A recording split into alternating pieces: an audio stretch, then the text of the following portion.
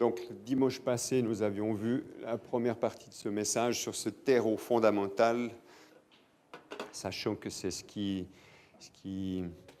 fait partie prenante de la vision de l'Église. Nous voulons voir des disciples de Jésus-Christ grandir au milieu de nous, être des disciples et accompagner d'autres pour qu'eux-mêmes deviennent des disciples. Et nous avons posé ce terreau fondamental sur lequel les choses vont pousser ou pas. D'où la nécessité de cultiver ce terreau, ce qu'on a commencé dimanche passé. Si vous vous rappelez, nous avons été dans Luc 6. Luc 6 où Jésus dit « Ne jugez pas, ne condamnez pas, mais plutôt pardonnez, soyez généreux, donnez. » Un des deux points peut-être à se rappeler de ce message, c'est cette dimension de donner dans nos relations. Qu'est-ce que je peux donner quand je viens vers un frère, vers une sœur?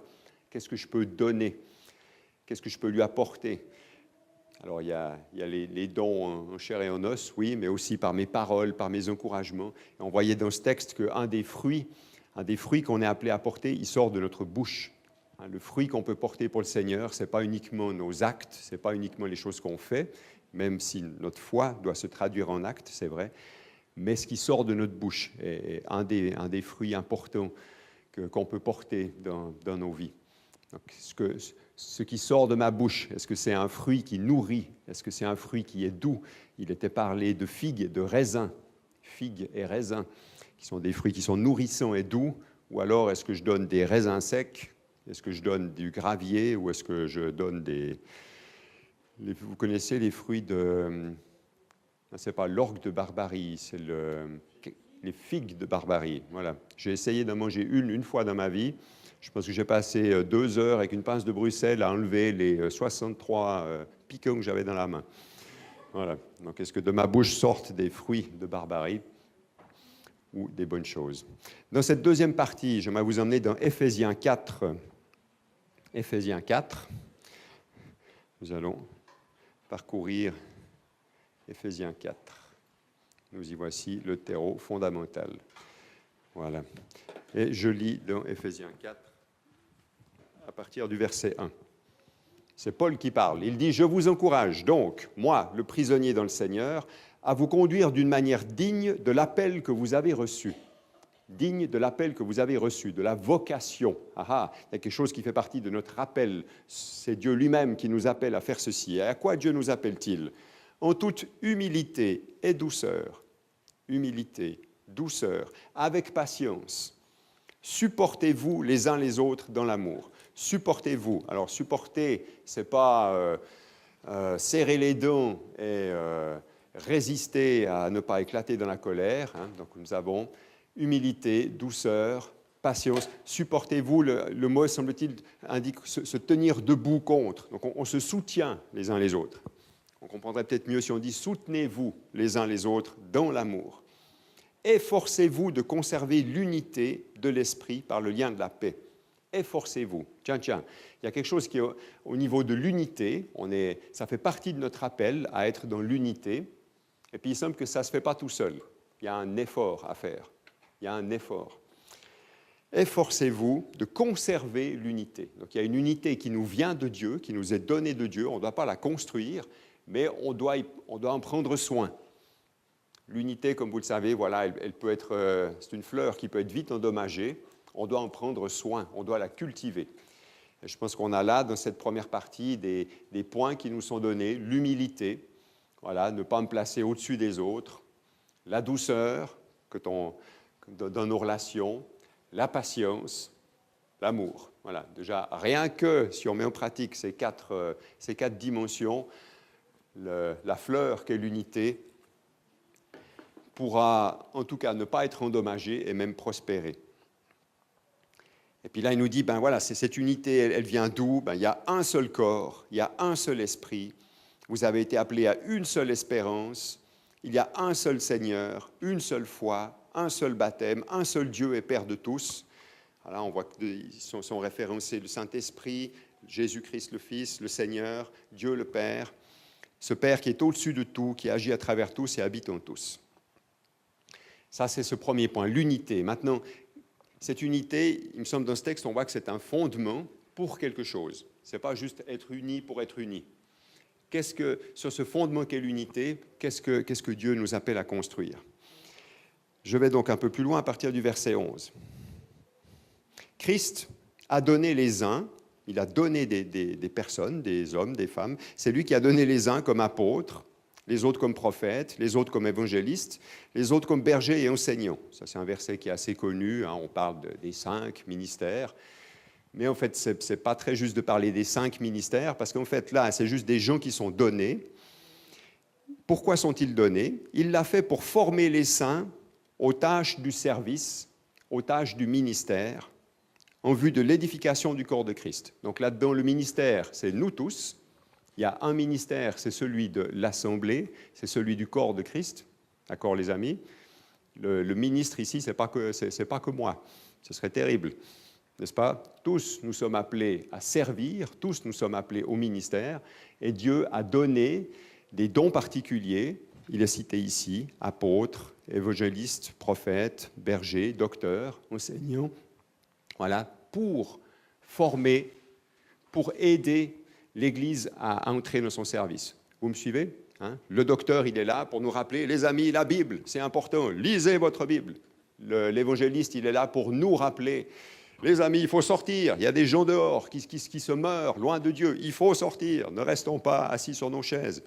Voilà, le pasteur, le berger, il va être là pour avoir un cœur pour le groupe, pour l'assemblée, pour prendre soin les uns des autres, pour veiller à ce qu'on puisse vivre en bonne harmonie les uns avec les autres. Le prophète, il va nous dire, les amis, prenez du temps avec Dieu, mettez-vous à son écoute, c'est l'important. Voilà. Et l'apôtre, alors c'est peut-être celui pour lequel c'est peut-être un peu moins. Il y a différentes définitions. Certains diront que c'est celui justement qui fait le lien entre les différents ministères. D'autres diront que c'est lui qui vient poser les fondements, hein, notamment quand on démarre une église ou quand on redémarre une église, une assemblée. C'est lui qui vient rappeler en tout cas quels sont les fondements essentiels de la communauté chrétienne. Ainsi donc, ces gens sont donnés pour encourager, pour stimuler l'assemblée, mais ce qui suit est encore plus important, jusqu'à ce que nous soyons parvenus tous ensemble à l'unité de la foi et de la connaissance du Fils de Dieu, à la maturité de l'adulte, à la mesure de la stature parfaite de Christ. Donc on est appelés tous ensemble à grandir ensemble. Et c'est quoi la jauge? Quel est le but qu'on doit atteindre? C'est la stature parfaite de Christ. Nous devons briller de la lumière de Christ dans ce monde. Christ, c'est notre exemple. Christ, c'est notre mesure. Ainsi, nous ne serons plus de petits enfants, ballottés et emportés par tout vent de doctrine, par la ruse des hommes et leur habileté dans les manœuvres d'égarement, mais en disant la vérité dans l'amour,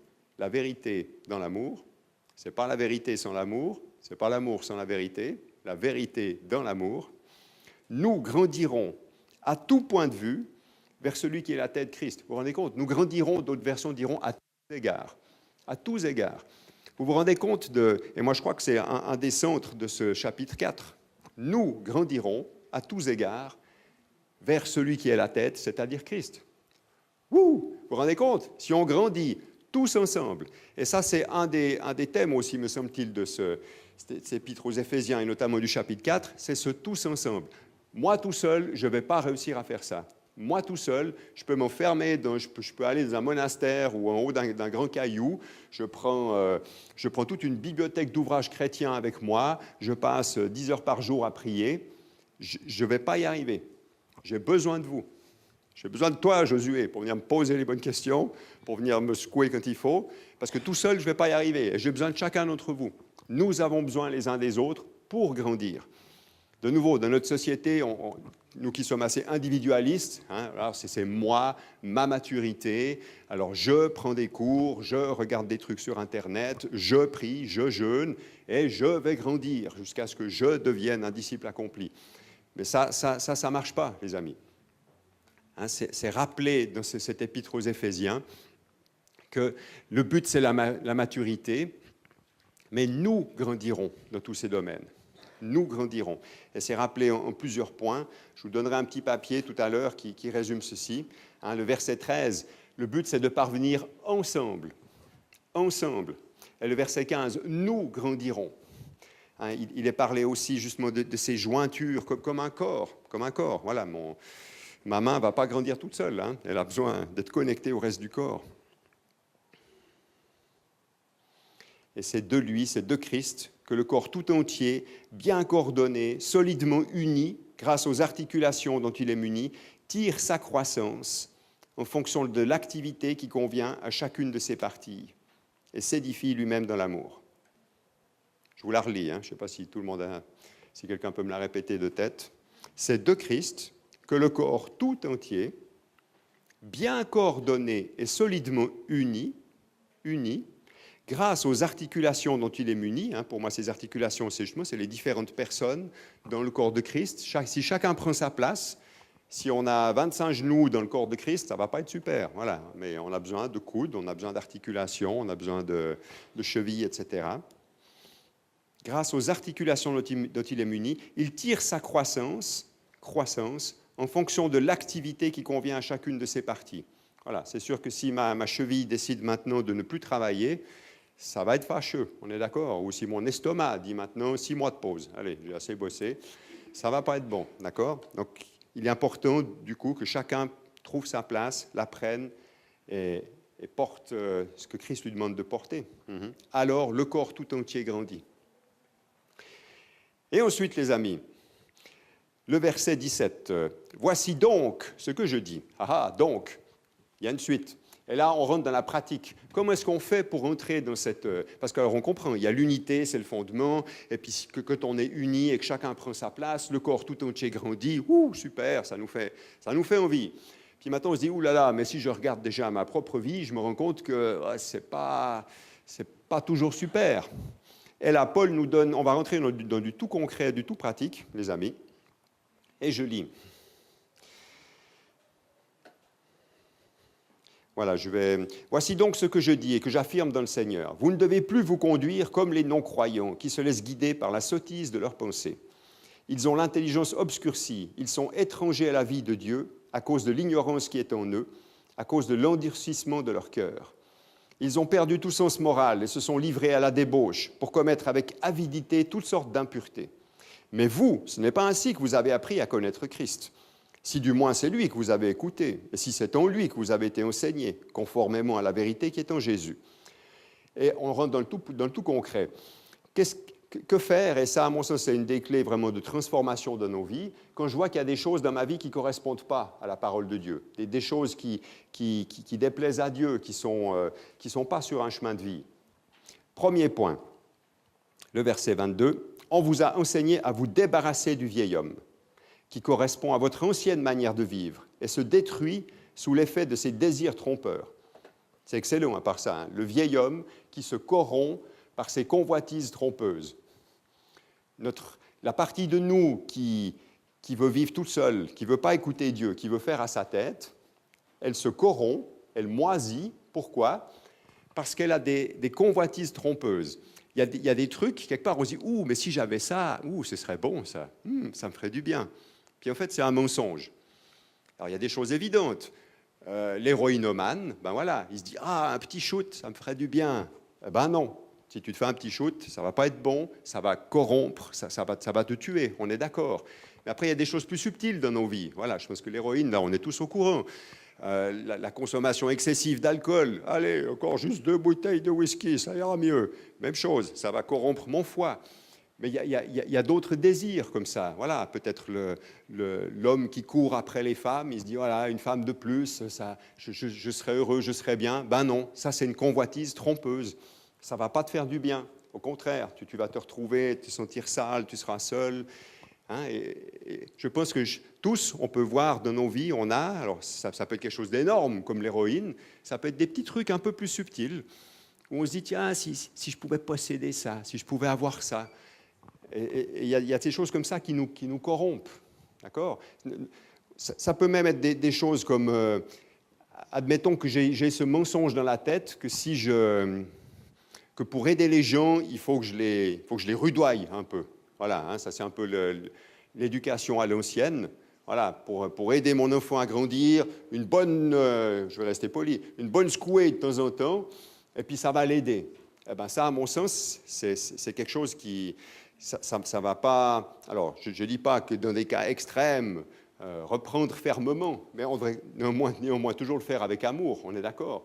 Mais la dureté de cœur, elle ne produira jamais rien de bon. Et moi-même, ça va me corrompre. Vous me comprenez? Ça ne va pas me faire du bien si moi je suis dur avec les gens, etc. Enfin bref, il est dit, verset 22, dépouillez-vous. Dépouillez-vous. Ce truc mauvais, cette mauvaise habitude que tu as, tu l'enlèves. Stop, tu arrêtes. D'accord? Voilà, si tu bois trop d'alcool, ben, le premier truc à faire, c'est d'envisager d'arrêter. Ensuite, qu'est-il dit ensuite? Parce que ça n'est pas tout, parce que si on essayait uniquement par ce biais-là, on n'y arriverait pas. Verset 22, voilà, le 23. Laissez-vous renouveler par l'esprit dans votre intelligence. Laissez-vous renouveler par l'esprit dans votre intelligence. Et ça, c'est le point central, les amis. Pourquoi est-ce que le type qui boit 2 bouteilles de whisky par soir, pourquoi il fait ça? Mais c'est parce qu'il y a un truc qui... Il y a un rouage qui est mis dans le mauvais sens, on est d'accord? Il y a une fausse croyance. La fausse croyance, c'est que si je bois, ça va aller mieux. Si je bois, mes soucis vont disparaître. Mais non, on est d'accord. De nouveau, je prends des exemples un peu caricaturaux comme ça. Mais dans nos vies, il y en a comme ça des plus petits, des plus subtils. Et ça, les amis, c'est dans la prière que ça se passe, ce renouvellement de l'intelligence. C'est par l'Esprit. C'est par l'Esprit. C'est le Saint-Esprit qui fait ça. Ça, c'est dans la prière. C'est en lisant la parole de Dieu que tout d'un coup, on se dit, mais là, ça me choque ce verset. Comment il faut pas faire ça? Mais alors c'est qui? C'est Dieu qui pense de manière erronée? Ou, tiens, c'est peut-être moi. C'est peut-être moi que j'ai ce petit rouage là. Je le sors et puis je le remets dans le bon sens. C'est ça l'élément central. Parce que si je fais que par mes propres forces, j'essaye d'arrêter, ça ne va pas jouer. Et il y aura des exemples, on va y arriver. Et ensuite, je ne fais pas que d'enlever ma mauvaise habitude, parce que ça, même en psychologie, ils le disent, pour changer d'habitude, il faut la remplacer. On ne peut pas juste arrêter une mauvaise habitude. Il y aura automatiquement quelque chose qui va venir à la place. Le meilleur moyen pour changer une habitude, c'est j'arrête cette habitude, mais je la remplace par quelque chose d'autre. Et ça, les amis, il y a près de 2000 ans, Paul le savait déjà. Et le verset 24, « Et à vous revêtir de l'homme nouveau, revêtez-vous, je me dépouille du vieil homme, ma mentalité, le rouage, je le remets à la bonne place, et je remets un nouvel habit, celui de l'homme nouveau. J'enlève ma mauvaise, moche, stupide habitude pour remettre une bonne, sainte, sage et juste habitude qui vient d'en haut. Avant, je buvais 2 bouteilles de whisky chaque fois que j'avais un souci. Maintenant, je viens vers Dieu dans la prière, je dépose mes fardeaux, j'appelle un frère, une sœur, je lui dis, écoute, là, je suis inquiet, c'est la dèche, prie avec moi. Vous me suivez? Ça, c'est le nouvel homme qui est en action. Ce n'est pas juste, avant, j'avais un souci, je buvais 2 bouteilles de whisky, maintenant, j'ai un souci, je ne fais plus rien. Ben non, ça ne va pas marcher. D'accord? Je remplace ma mauvaise habitude par une nouvelle. Pourquoi? Parce que j'ai compris que ce n'est pas l'alcool qui allait résoudre mes problèmes. Je vous relis l'ensemble, verset 22, Éphésiens 4, 22. On vous a enseigné à vous débarrasser du vieil homme, qui correspond à votre ancienne manière de vivre et qui se détruit sous l'effet de ses désirs trompeurs, à vous laisser renouveler par l'esprit dans votre intelligence et à vous revêtir de l'homme nouveau, créé selon Dieu dans la justice et la sainteté que produit la vérité. Ce nouvel homme, il est déjà créé, les amis. Vous n'avez pas à le tricoter, ce nouvel habit. Il existe déjà. Il est là à votre mesure. Je relis. À vous revêtir de l'homme nouveau, créé selon Dieu dans la justice et la sainteté que produit la vérité. Il est déjà là. Il nous faut le revêtir. Ça, c'est la bonne nouvelle. Quelques exemples. C'est Paul qui nous dit ça c'est dans la suite, verset 25. C'est pourquoi débarrassez-vous du mensonge.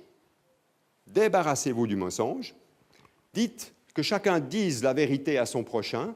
Et c'est quoi le rouage qu'il a fallu remettre en place? Car nous sommes membres les uns des autres. Nous sommes membres les uns des autres. Je comprends que si je mens à mon frère, en fait, je suis en train de me tirer une balle dans le pied, parce qu'on est un seul corps.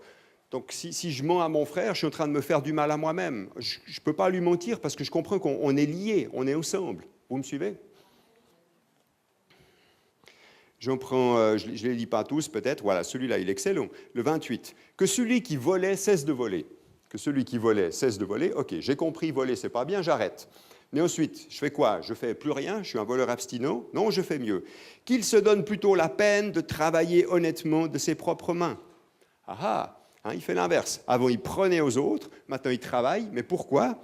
Pour avoir de quoi donner à ceux qui sont dans le besoin. Ouh, le type, il a compris. Avant, il avait un rouage dans le mauvais sens. Son rouage, c'était, à qui je peux prendre un truc, là? Dans la vie, c'est comme ça. Dans la vie, il faut se débrouiller. Et puis, c'est celui qui marche sur les autres qui s'en sort. Il lit la parole de Dieu, il prie, il parle à des frères et sœurs. Poum, tout d'un coup, révélation, il est transformé de son esprit. Il comprend, mais ça ne va pas. C'est pas ça mon appel. Je suis appelé à quelque chose de plus grand que ça. Je suis appelé à être quelqu'un qui donne. Yes, du coup, je veux travailler. Et pas juste pour mes petits besoins à moi. Je veux travailler, comme ça, je pourrais donner aux autres. Ouh, vous comprenez? Le type, il est en train d'entrer dans sa vocation, dans son appel. Il a compris, il s'est passé ce changement-là au milieu. Un petit dernier, verset 29. « Qu'aucune parole malsaine ne sorte de votre bouche. » Voilà, avant, je disais des paroles malsaines, j'insultais les gens, je disais des gros mots, tout ça, des choses malsaines, mais seulement des bonnes paroles. Maintenant, je dis des bonnes paroles. Mais pourquoi? C'est quoi le truc que j'ai compris? Qui servent à l'édification et transmettent une grâce à ceux qui l'entendent.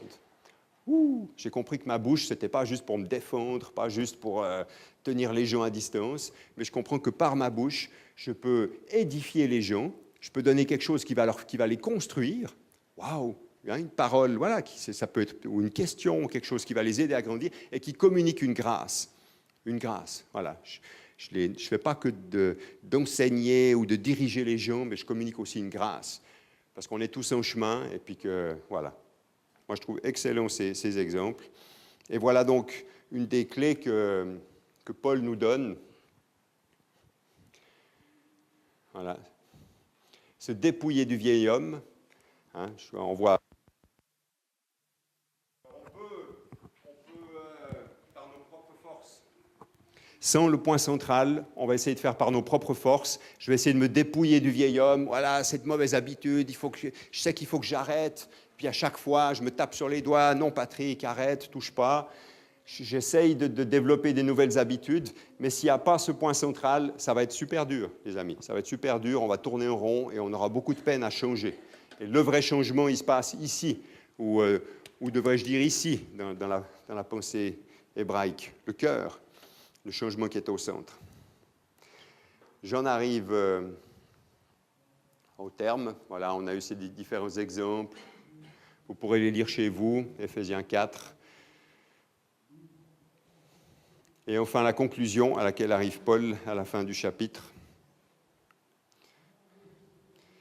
Alors, quoi? C'est que nous sommes appelés à l'unité. Ça, c'est le fondement. Dans quel but? Pour grandir tous ensemble en maturité. Tous ensemble, tous ensemble. Nous sommes appelés à grandir en maturité. Seul, je n'y arriverai pas. Mais s'il n'y a pas ce fondement de l'unité, voilà, c'est comme construire de nouveau sur un terrain qui ne serait pas solide. Et comment pouvoir vivre cette unité de manière profonde? Eh bien, c'est par ce renouvellement. Voilà. Celui qui vole ne vole plus, celui qui disait des paroles méchantes n'en donne plus, etc. C'est comme ça qu'on va pouvoir vivre cette unité, avec ce renouvellement par l'esprit qui est central. Et Paul dira à la fin que toute amertume, toute fureur, toute colère, tout éclat de voix, toute calomnie, toute forme de méchanceté disparaissent du milieu de vous. Soyez bons, pleins de compassion les uns envers les autres. Pardonnez-vous réciproquement, comme Dieu nous a pardonné en Christ. Et pour terminer, tout ce chapitre 4 commence aussi par un petit mot. Je vous encourage donc. Je vous encourage donc. Il y a de nouveau ce donc. Alors, quand il y a un donc, en général, il faut aller voir ce qui se passe avant. Et ce qu'il y a avant, c'est juste une des plus belles prières de toute la Bible, qui commence dans Éphésiens 3, 14. Je vous la lis et j'aimerais terminer ce message par cette prière, parce qu'en fait, c'est le fondement de tout. C'est d'être enraciné dans l'amour de Dieu. C'est ça qui va nous permettre de vivre l'unité, c'est ça qui va nous permettre de grandir, c'est ça qui va nous permettre d'être transformés, c'est d'être enracinés dans l'amour de Dieu. Je plie les genoux devant le Père de qui toute famille, dans le ciel et sur la terre, tient son nom. Je prie qu'il vous donne, qu'il nous donne, conformément à la richesse de sa gloire, d'être puissamment fortifiés par son esprit dans notre être intérieur, de sorte que le Christ habite dans notre cœur par la foi. Je prie que nous soyons enracinés et fondés dans l'amour, pour être capables de comprendre avec tous les saints quelle est la largeur, la longueur, la profondeur, la hauteur de l'amour de Christ, et de connaître cet amour qui surpasse toute connaissance, afin que nous soyons remplis de toute la plénitude de Dieu. À celui qui peut faire, par la puissance qui agit en nous, infiniment plus que tout ce que nous demandons ou pensons, à lui soit la gloire dans l'Église, en Jésus-Christ, pour toutes les générations, au siècle des siècles. Amen.